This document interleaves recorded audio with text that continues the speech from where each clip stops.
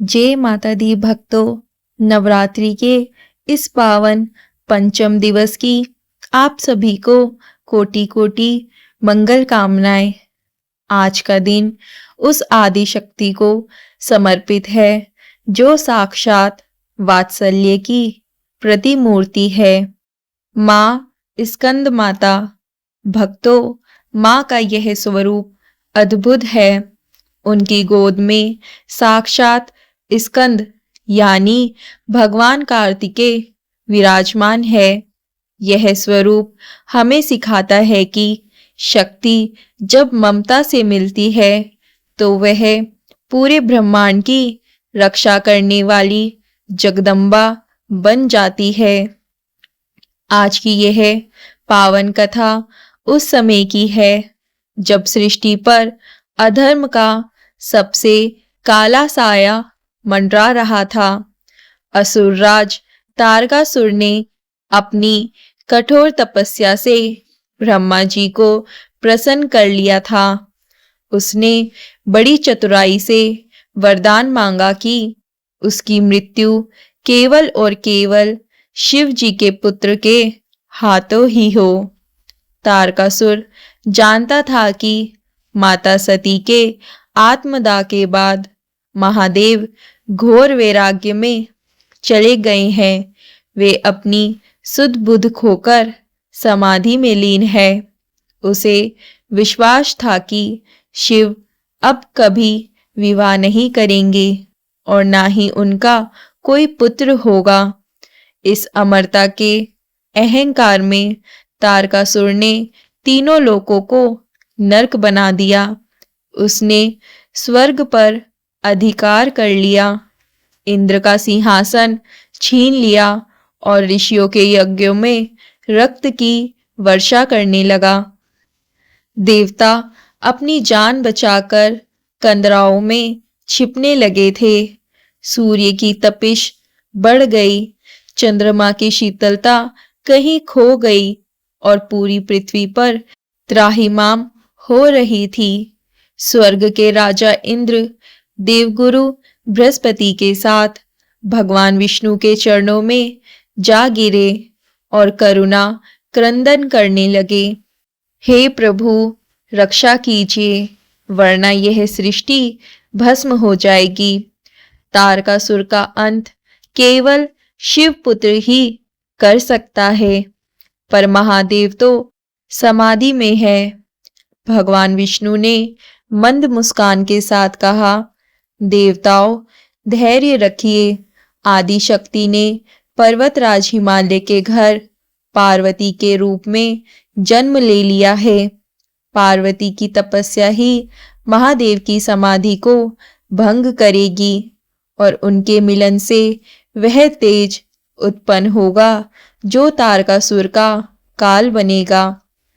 इधर माता पार्वती ने भगवान शिव को पति रूप में प्राप्त करने के लिए हजारों वर्षों तक ऐसी कठोर तपस्या की कि देवताओं के भी प्राण सूखने लगे।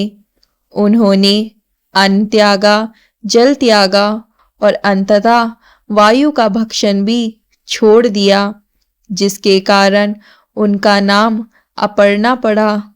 उनकी भक्ति की अग्नि ने अंततः महादेव की समाधि को स्पर्श किया। शिव और शक्ति का पुनर्मिलन हुआ।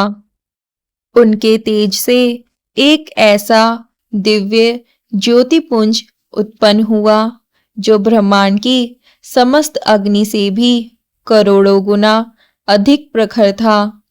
तारकासुर को अपने महलों में बैठे बैठे ही आभास हो गया कि उसकी मृत्यु का बीज बोया जा चुका है।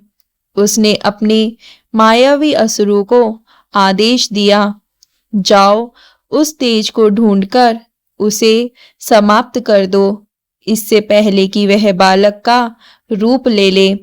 इधर वह दिव्य तेज इतना प्रचंड था कि स्वयं महादेव ने उसे अग्नि को सौंप दिया। शिव जी ने कहा, अग्नि तुम स्वयं ताप हो, तुम ही इस तेज को सुरक्षित रख सकते हो, लेकिन अग्निदेव भी उस ज्वाला को सहन न कर सके। उनका शरीर पिघलने लगा, उनकी कांति फीकी पड़ने लगी। अग्निदेव भयभीत होकर इंद्रदेव के पास पहुंचे और कहा, इंद्र, यह तेज मुझे भस्म कर देगा, मैं इसे धारण नहीं कर सकता। तभी तारकासुर की सेना ने देवताओं पर हमला बोल दिया। इंद्रदेव ने देखा कि असुर उस तेज को छीनने के लिए बढ़ रहे हैं। इंद्रदेव ने घबराहट में अग्निदेव से वह तेज लिया और उसे बचाने के लिए आकाश मार्ग से भागने लगे। असुरों की सेना पीछे थी और इंद्र के हाथों में वह दहकता हुआ तेज। तब इंद्र ने उस दिव्य ज्योति पुंज को गंगा की लहरों में प्रवाहित कर दिया। गंगा मैया ने उस तेज को अपने भीतर समाहित किया, पर गंगा का जल भी खोलने लगा। अंततः गंगा ने उस तेज को सरवन के वनों में स्थित एक शीतल सरोवर के किनारे छोड़ दिया। जैसे ही वह तेज धरती को छुआ, वह 6 अत्यंत सुंदर और तेजस्वी बालकों के रूप में प्रकट हो गया। ये 6 बालक साक्षात शक्ति के अंश थे। जब मां पार्वती को इस बात का ज्ञात हुआ तो वे दौड़ती हुई उस सरोवर के पास पहुंची। अपनी ममता के वशीभूत होकर उन्होंने उन 6 बालकों को एक साथ अपनी बाहों में समेटा। जैसे ही मां का आलिंगन मिला, वे 6 मुंह और एक शरीर वाले अत्यंत शक्तिशाली बालक बन गए, जिन्हें स्कंद या कार्तिकेय कहा गया। मां पार्वती ने जब अपने पुत्र को पहली बार अपनी गोद में लिया तो उस ममतामयी छवि ने उन्हें स्कंद माता का नाम दिया। पर भक्तों, अभी संकट टला नहीं था। तारकासुर को पता चल चुका था कि उसका शत्रु जन्म ले चुका है और वह अपनी पूरी सेना के साथ उस सरोवर की ओर बढ़ रहा था, जहां नन्हे स्कंद अपनी मां की गोद में बैठे थे। प्रिय श्रोताओं, सरवन के वनों में उस शीतल सरोवर के तट पर एक अद्भुत दृश्य था। माता पार्वती ने जैसे ही उन 6 बालकों को अपनी बाहों में समेटा, वे एक देह और 6 मुख वाले परम तेजस्वी स्कंद बन गए। पर तभी आकाश का रंग काला पड़ने लगा। दूर से असुरों के शंखों की डरावनी आवाजें आने लगी। तारकासुर अपनी विशाल सेना, रथों और हाथियों के साथ उस सरोवर को चारों ओर से घेर चुका था। तारकासुर चिल्लाया। उसने कहा, कहाँ है वह शिव का अंश? कहाँ है मेरा काल? पार्वती, उस बालक को मेरे हवाले कर, वरना आज यह वन शमशान बन जाएगा। देवराज इंद्र और अन्य देवता जो उस दिव्य तेज को गंगा में छोड़कर डर के मारे छिप गए थे, वे दूर खड़े कांप रहे थे। उन्हें लगा कि नन्हा स्कंद अभी बालक है, वह भला उस मायावी असुर का सामना कैसे करेगा। लेकिन माँ पार्वती, जिन्हें हम स्कंद माता कहते हैं, उन्होंने अपने पुत्र को नीचे नहीं उतारा। उन्होंने स्कंद को अपनी बाईं गोद में थाम लिया और अपने दाहिने हाथ से अभय मुद्रा धारण की। मां के चेहरे पर रत्ती भर भी बह नहीं था। माता ने स्कंद के कान में धीरे से कहा, पुत्र, तुम केवल मेरे अंश नहीं, तुम साक्षात महादेव का संकल्प हो। उठो और इस संसार को अधर्म के भय से मुक्त करो। तभी एक चमत्कार हुआ। माँ स्कंद माता के स्पर्श मात्र से उस नन्हे बालक के भीतर शिव का वह प्रचंड तेज जागृत हो गया। बालक स्कंद ने अपनी माता की गोद में बैठे बैठे ही अपना हाथ हवा में लहराया और वह साक्षात शक्ति अस्त्र प्रकट हो गया। यह अस्त्र स्वयं आदि शक्ति का स्वरूप था। तारकासुर ने अपने सबसे क्रूर सेनापति प्रलंब को भेजा। प्रलंब अपनी गदा लेकर पर्वत की तरह झपटा, पर स्कंद ने माँ की गोद से ही एक ऐसी हुंकार भरी कि पूरा ब्रह्मांड हिल गया। उन्होंने अपना शक्ति अस्त्र छोड़ा और पलक झपकते ही प्रलंब का मस्तक धड़ से अलग हो गया। यह देखकर तारकासुर का अहंकार क्रोध में बदल गया। उसने मायावी शक्तियों से चारों ओर अंधेरा कर दिया और अग्नि की वर्षा करने लगा। देवता त्राहिमाम करने लगे, पर माँ स्कंद माता अपनी जगह से टस से मस नहीं हुई। माँ ने अपनी कमल जैसी आंखों को खोला और उनसे ऐसी शीतल किरणें निकली कि तारकासुर की मायावी अग्नि ठंडी पड़ गई। माँ स्कंद माता ने स्कंद को युद्ध की वह बारीकियां सिखाई जो स्वयं महादेव भी नहीं जानते थे।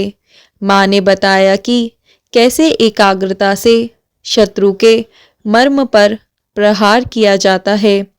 तारकासुर ने देखा कि उसकी सेना गाजर मूली की तरह कट रही है। वह स्वयं रणभूमि में उतरा।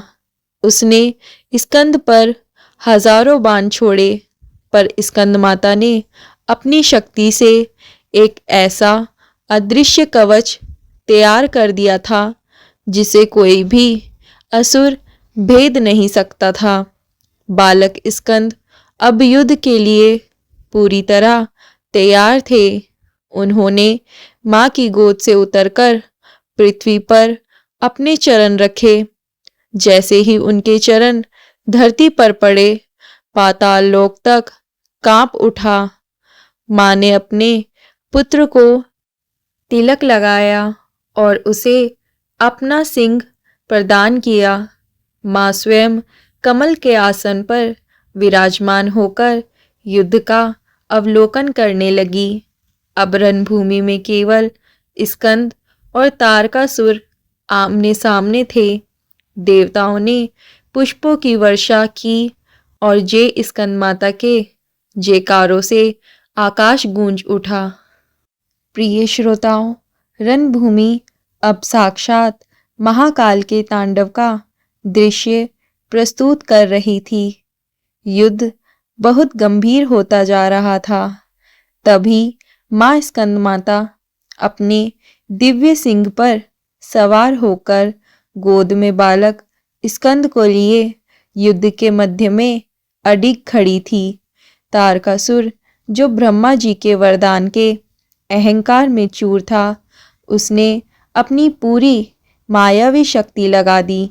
उसने आकाश से पत्थरों और जलते हुए गोलों की वर्षा की, पर जैसे ही वे गोले माँ के प्रभामंडल में प्रवेश करते, वे कोमल पुष्पों में बदल जाते।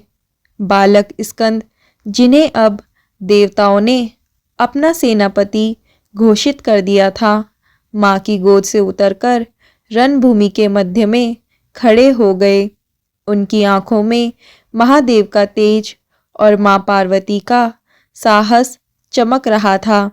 तारकासुर अट्टहास करते हुए बोला, ए बालक, तू अभी दूध पीता शिशु है। तू मेरा वध कैसे करेगा? जा अपनी माता के आंचल में छिप जा।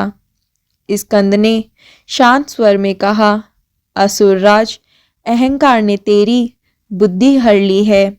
आज तेरा अंत निश्चित है।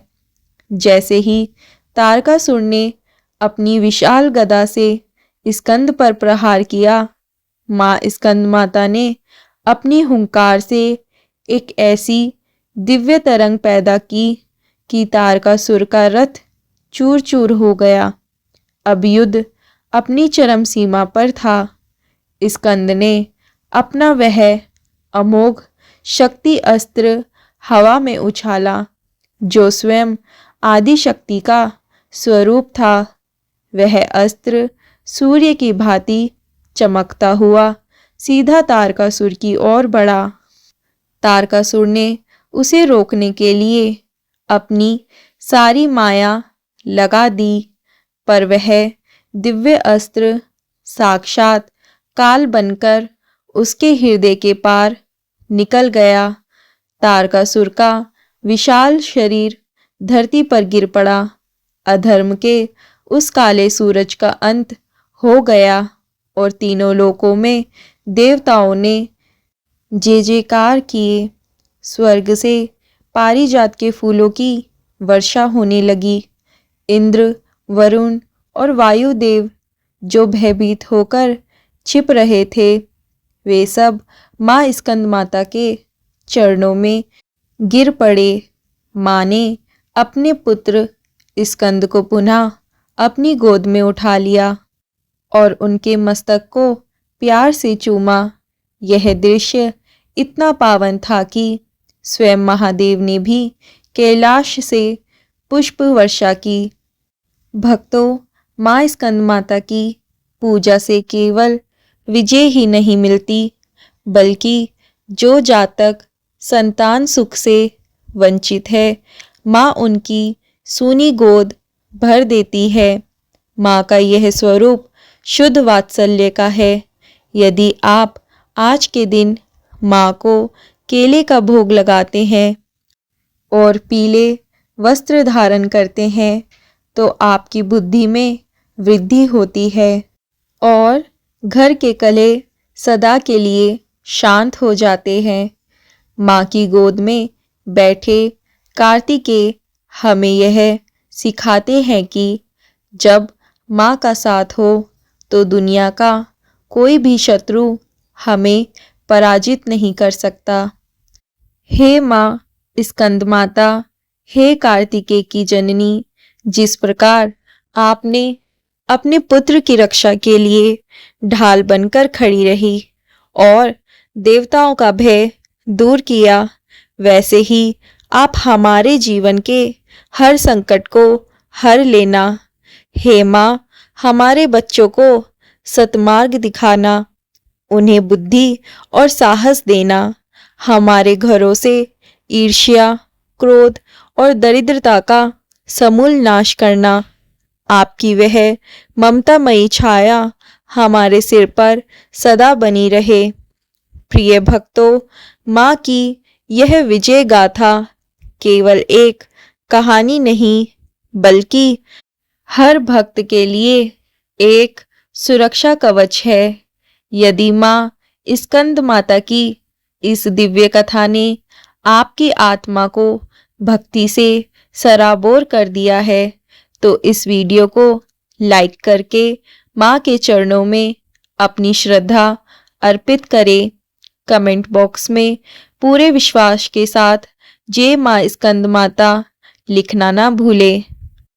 नवरात्रि के इस भक्ति में सफर में कल का दिन और भी विशेष होगा, क्योंकि कल हम सुनेंगे माँ कात्यायनी की वह अद्भुत कथा, जिन्होंने महिषासुर का मर्दन कर नारी शक्ति का लोहा मनवाया था।